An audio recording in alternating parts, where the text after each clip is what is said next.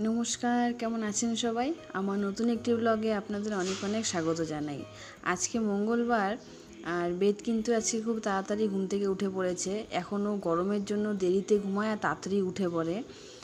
তো আজকে যেহেতু তাড়াতাড়ি উঠে পড়েছে, তাই ওকে আমার সকালবেলা ব্রেকফাস্ট দিতে হবে। ব্রেকফাস্টে আমি ওকে দিচ্ছি আজকে মুড়ির গুঁড়ো আমি জল দিয়ে কিছুক্ষণ গুলে রেখেছিলাম, আর এটার মধ্যে আমি গুড় দিয়েছি যাতে মিষ্টি হয়। এটাকে আমি খাইয়ে দেবো। আর মুড়ির গুঁড়োটা কিন্তু খেতেও খুব ভালোই বাসে, আর এখন যেহেতু ঘুম থেকে উঠেছে তাই একটু বিরক্ত করছে। আর তাছাড়া কিন্তু ও কিন্তু এমনিতে খাওয়া নিয়ে অতটা বিরক্ত করে না।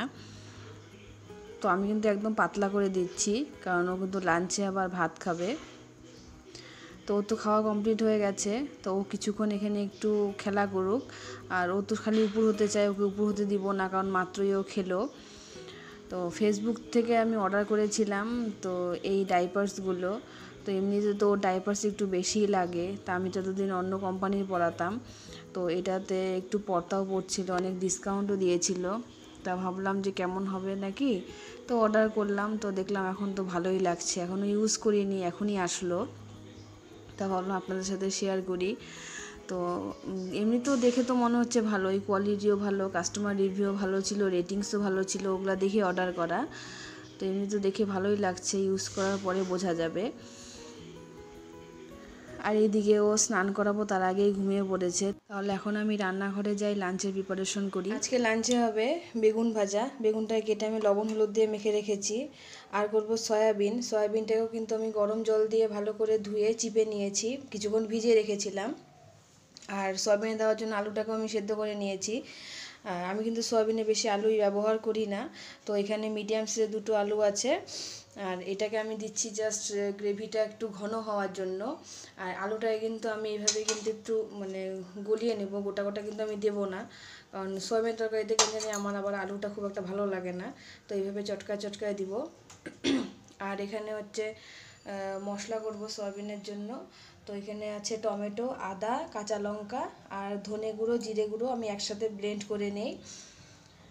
তো এই হচ্ছে আজকের মঙ্গলবারের নিরামিষ মেনু, একদম সিম্পল মেনু। আর যদি সময় থাকে তাহলে হয়তো টমেটো দিকে ভাত তো আমি আগেই করে ফেলি চা খাওয়ার পরেই, কারণ মার তো আর ওকে একা নিয়ে থাকা যায় না।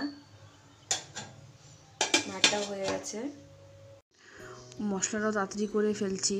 আর এখন কিন্তু মাঝখানে দরজাটাকে আটকে রেখেছি, নাহলে কিন্তু আওয়াজে উঠে পড়বে। আর মিক্সিতে যে মশলা না খুব একটা টেস্ট হয় না। আমার একটা ছোট শিলপাটা কেনার খুব ইচ্ছা, তো দেখি ছোট শিলপাটা পাওয়া যায় কি না, একদম ছোটোগুলো। আর শিলপাটায় মশলা করে রান্না করলে কিন্তু সেটার টেস্ট আলাদা হয়। তো আমি আগে বেগুনটা ভেজে নিয়েছিলাম, আর ওই তেলে এখন আমি সয়াবিনটাকেও ভেজে নিচ্ছি।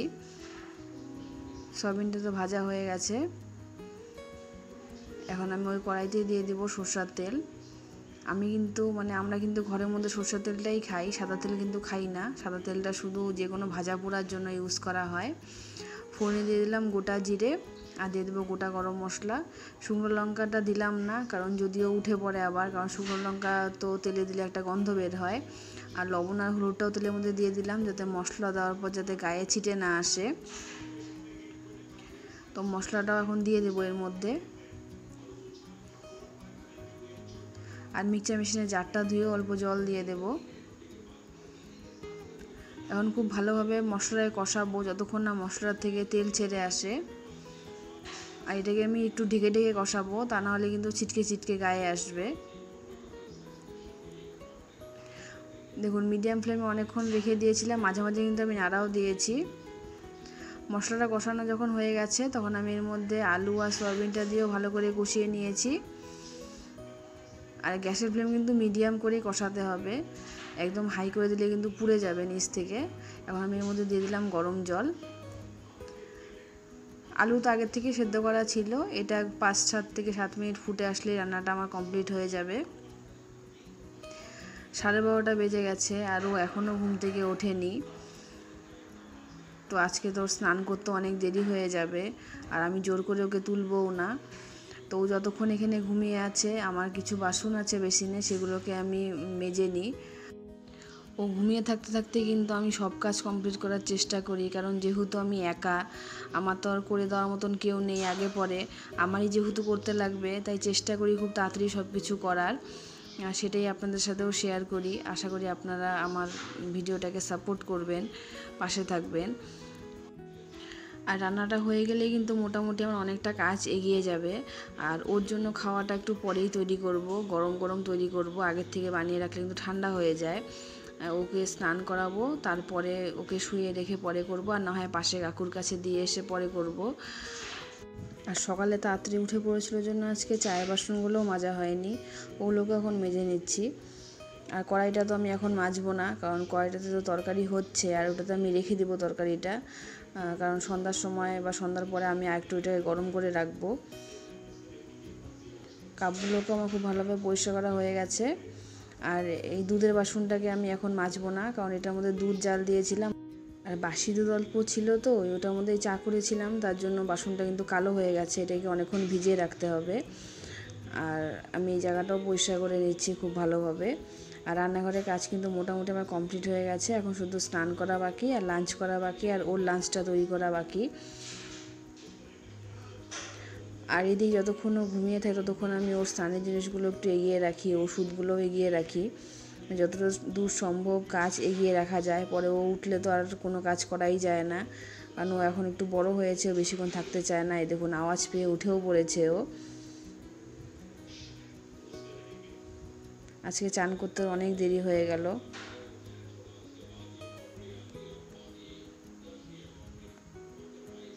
এখন কিছুক্ষণ গড়াগড়ি করবে, তারপরে ওকে আমি তেল মাখিয়ে পরে স্নান করিয়ে দেব। আর এত ঘুম পাতলা না, একটু আওয়াজে ওর ঘুম ভেঙে যায়। ও যতক্ষণ ঘুমিয়ে থাকে আমি তো কোনো ভারী কাজ বা কোনো জোরে আওয়াজ হবে এমন কাজ করিই না। এমনকি রাস্তা দিয়ে যদি কোনো বাইক যায় সেটার আওয়াজেও উঠে পড়ে। বা বেদু, হরে কৃষ্ণ, রাধে রাধে, জয় শ্রীরাম, জয় শ্রীরাম, জয় বজরংবলী। চান করতে হবে না? চান করতে হবে না বাবা? এত লেট, 1:45 বাজে, চান করতে হবে না বাবা?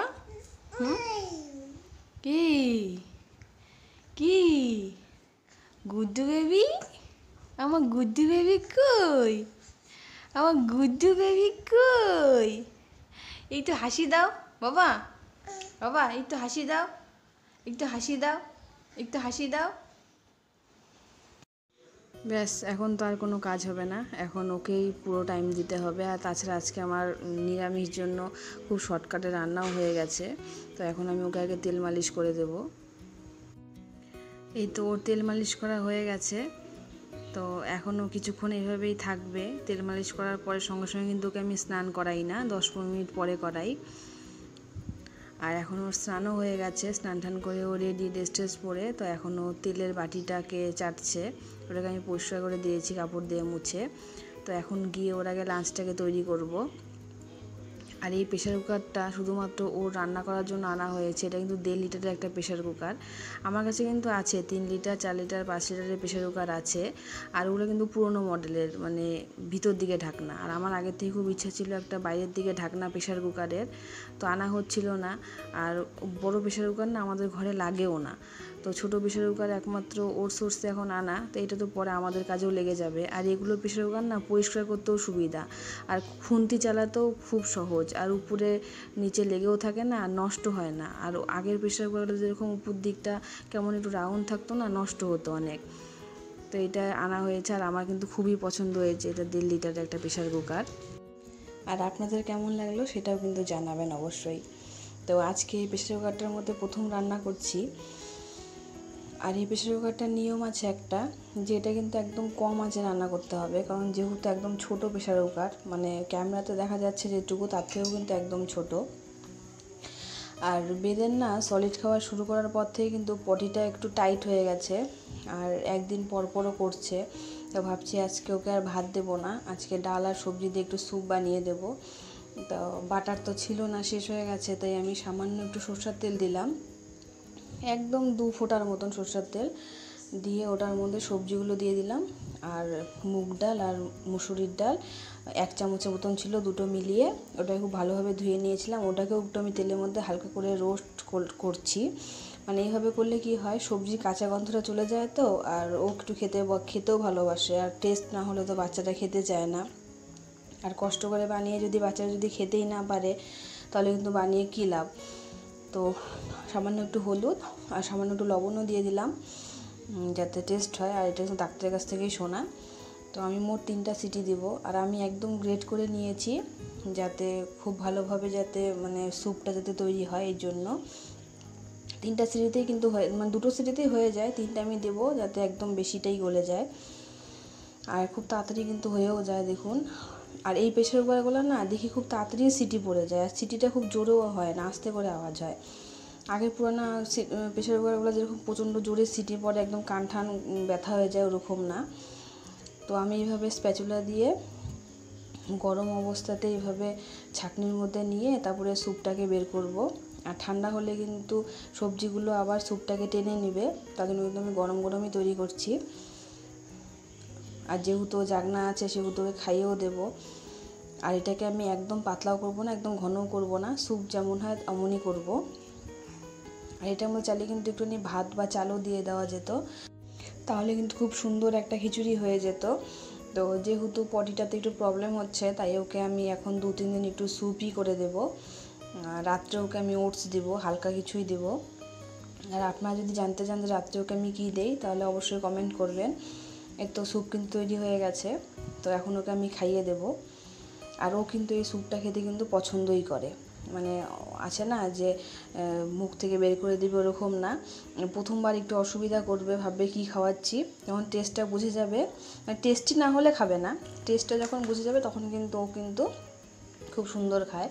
তো দেখে অবশ্য বুঝতেই পারবেন যে প্রথমবার একটু ঝামেলা করলো, তারপর যখন টেস্টটা বুঝে তখন কিন্তু ও দিব্যি খাচ্ছে। তো এই তো আমাদের মা ছেলের সারাদিনের জার্নি। তো আপনাদের কেমন লাগলো ভিডিওটি অবশ্যই জানাবেন। আর ভিডিওটি আজকে এখানেই শেষ করছি। তো আর ভিডিওটি আপনাদের কেমন লাগলো অবশ্যই জানাবেন। ভালো লাগলে চ্যানেলটিকে সাবস্ক্রাইব করে দেবেন এবং ভিডিওটিতে লাইক এবং কমেন্টও করে দেবেন। আর আপনারা আপনাদের বাচ্চাদেরকে কী খাওয়ান সেটাও জানাবেন।